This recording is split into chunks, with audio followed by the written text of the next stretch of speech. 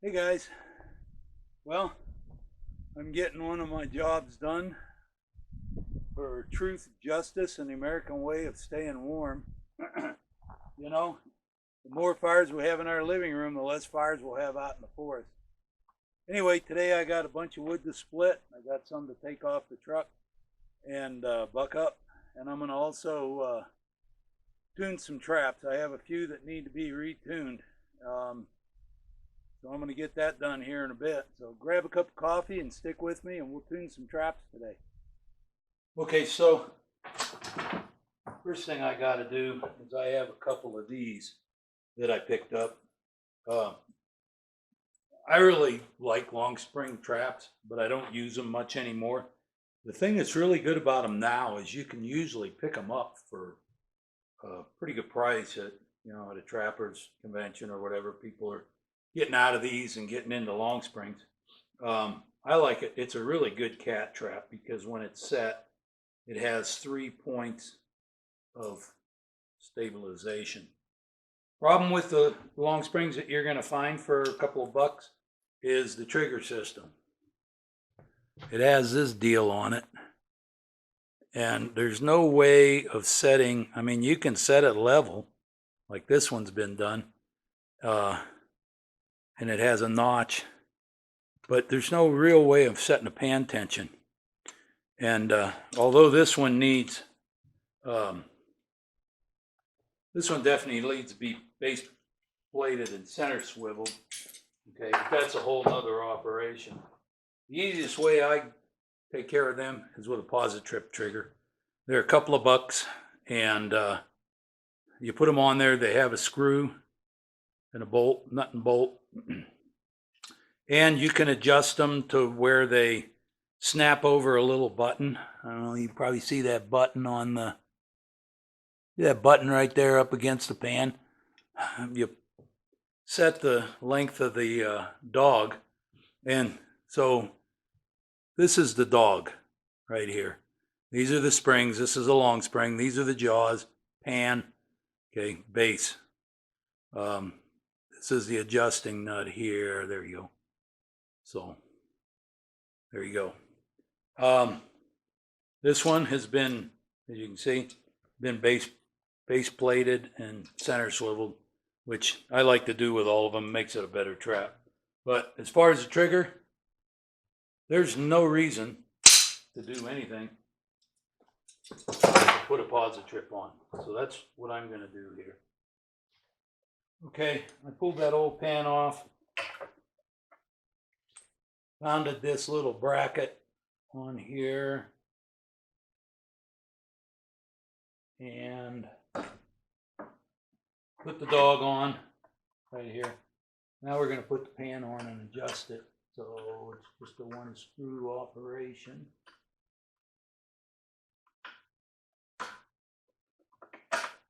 Screw in there.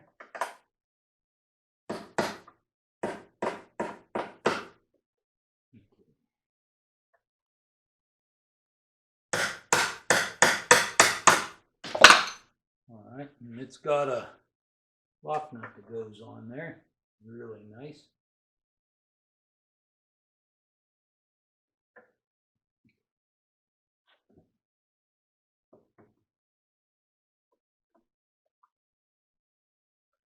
Anyway, get this screwed up on there. Okay, so I bent that down. We got a nice level pan, and I tightened the screw. About 5 pounds. I like 5 pounds for my coyote trap. Okay, that one's ready to get base plated. Now I'm going to move on to my other ones. We've got some old traps that need to be retuned. So we're going to get this is a Northwoods #2. When I started trapping, this was the trap that I bought. This one's pretty much the way it came to the box, except I adjusted the trigger. And what I like to do, if you listen carefully, I like to set it so when my pan is level, it clicks in. And now I adjust the screw right there to where I have about 5 pounds. So the pan is level, and 5 pounds pressure, boom. And this trap worked pretty good.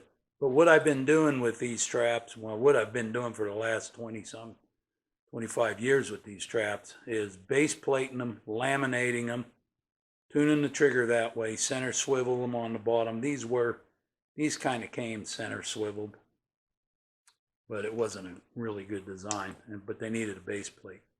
So now, here's that same trap, only now this was called a Northwoods number 2. And now the Bridger makes them. This is a Bridger number 2. Pretty much the same trap. What I've done with it is I've base plated it, center swiveled it. This one has 4 coils on it. I'm trapping in a lot wetter, colder climate now, and I have to break frozen ground, so I use those. It has the same pan system with a brass screw. I like the brass screw better. It doesn't rust together over time. So when I get these, they pretty much have you can see this dog has a little bit of a dip to it. I put that in there. They pretty much come out with a straight dog, and the end of the dog is flat. And if you can see there, we've made this one like a knife edge. And that's so that it can fit up into the notch that I've made.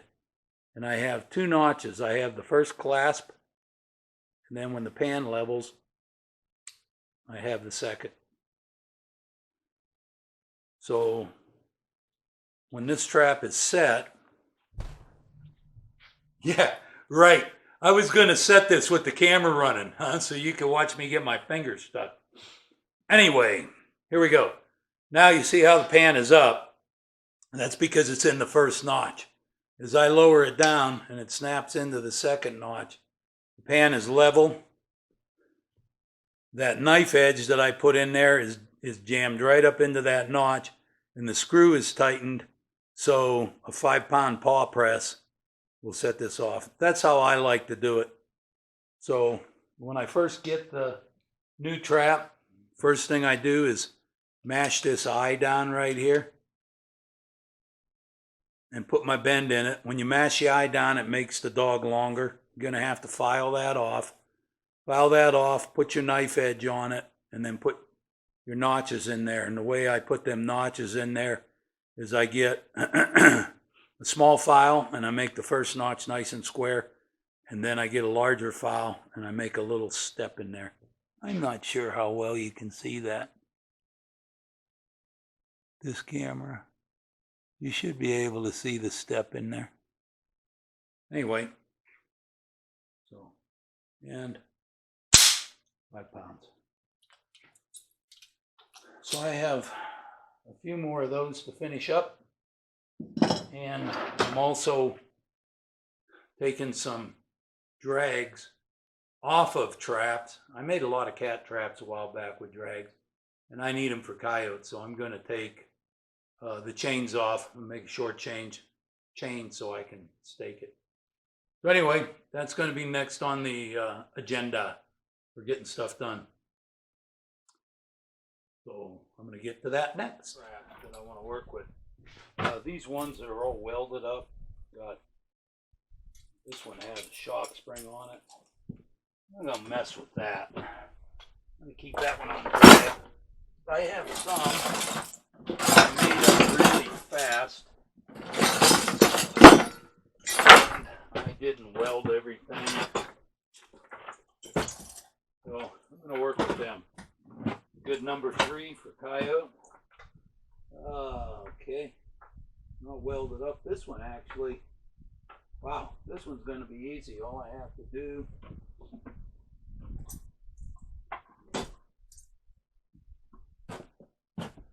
it already has, I got my tag on there, got a swivel at the base, and then there's 2, you see those bigger links? Those 2 links, I can use them to pound a stake through. All I got to do is take that one lock. Shouldn't be too tough. All I got to do is pull this off. Screwdriver. I just got to separate one of these. Okay, so this one here was pretty much like the last one. I just had to put a ring on the end for a stake. But I did notice this is the time you need to inspect your traps. One of these 4 coils was missing on this one. Somehow Coyote popped it off there. So anyway, I had a replacement set, and they come in pairs. I put 2 on because this one, the old one, had more coils than the new one did. So I'll throw that in a bag and save it for where I can match it up to something else. Put 2 on this. So another one that's ready for the dye bath. It's kind of a tedious process, but I got to get this done. I got to get them boiled. We got some weather coming in, and so I got to get cooking. I got 2 more buckets of dry dirt or frost-free dirt to make. So I'm going to get cooking on it.